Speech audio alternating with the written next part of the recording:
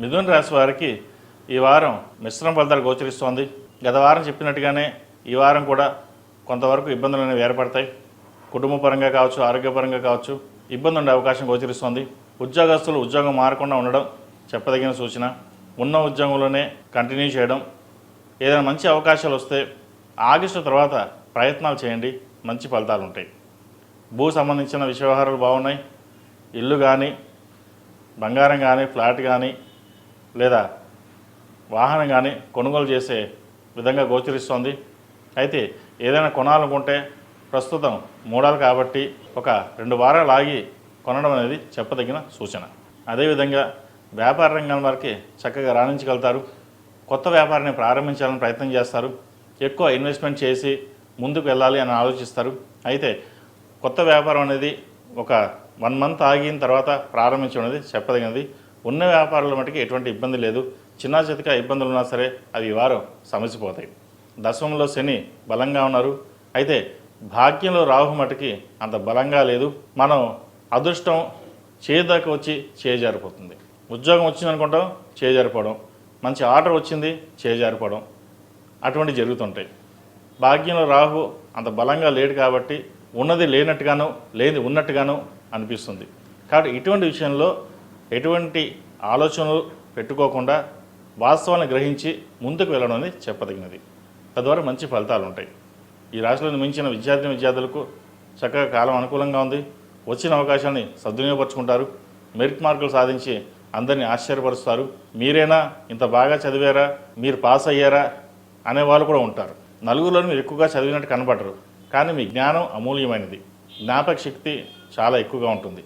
కాబట్టి మనం ఒకరికి చెప్పుకోవాల్సిన అవసరం లేదు. మన ఏంటో మనకు తెలుసు కాబట్టి అది 10 మందికి నిరూపించుకోవాల్సిన అవసరం లేదు. కానీ మీరు నిరూపించుకునే విధంగా ఈ వారం గోచరిస్తోంది. అందరూ మెచ్చుకునే విధంగా బాగుంటుంది. అలాగే వైద్య వృత్తులకు సంబంధించి, సాఫ్ట్వేర్ సంబంధించి, మెకానికల్ సంబంధించి విద్యా విషయాలు చక్కగా ఉన్నాయి. వాటిని జాగ్రత్తగా ఉపయోగించుకోండి.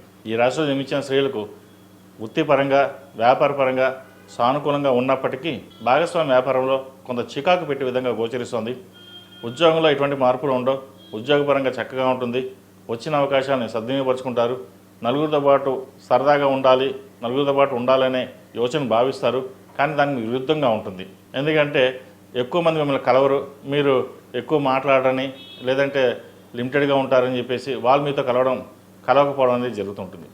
సరే, ఎవరు ఎలా ఉన్నా సరే ఉద్యోగపరంగా మన స్థానం ఏంటి, ఏం చేయాలి అనే భావన ఎక్కువగా ఉంటుంది. ఉద్యోగం మీదే మీరు కాన్సన్ట్రేషన్ ఎక్కువగా ఉంటుంది. కాబట్టి ఎటువంటి విషయాల్లోనూ మీరు ఏమీ ఆలోచించకుండా ఉద్యోగంలోనే స్థిరంగా ఉండడానికి ప్రయత్నాలు చేయండి. అదేవిధంగా ఖర్చుల విషయంలో కొంచెం జాగ్రత్తలు తీసుకోవాలి. రూపాయికి రూపాయి ఖర్చు అయ్యే విధంగా ఉంది. అయితే అవి మంచి ఖర్చులే ఉంటాయి, ఇబ్బందికరమైన ఖర్చులు అయితే ఉండవు. సహోదరి మధ్య ఉన్న విభేదాలు ఏవైతే ఉన్నాయో ఈ వారం సమస్య పోయే విధంగా గోచరిస్తోంది. అదేవిధంగా తల్లిదండ్రుల ఆశీర్వచనం బలం వల్ల మంచి స్థానం సంపాదించగలుగుతారు. బంధువులతో కలిసి ఆనందంగా గడుపుతారు. విహారయాత్రలు చేస్తారు. పుణ్యక్షేత్రాలని సందర్శిస్తారు. అది ఈ వారం చెప్పుకోదగ్గ మంచి విషయం అని చెప్పవచ్చు. కాబట్టి ఈ రాశి వారికి కొంత మిశ్రమ ఫలితాలు ఉన్నా కూడా వారాంతంలో కొంత శుభసూచకం అని చెప్పచ్చు. ఈ రాశి వారు ముఖ్యంగా దక్షిణామూర్తి రూపు ధరించడం, దక్షిణామూర్తి అష్టోత్తరం కానీ దక్షిణామూర్తి స్తోత్రాన్ని పఠించడం చెప్పదగిన సూచన. ఈ రాశివారు ప్రతిరోజు ప్రతినిత్యం అమ్మవారికి కుబేర కుంకుమతో కావచ్చు లేదా ఆరవేల కుంకుమతో పూజించండి, మంచి ఫలితాలు సంప్రాప్తిస్తాయి. ఉద్యోగస్తులైతే సౌర కంకణం ధరించడం చెప్పదగిన సూచన.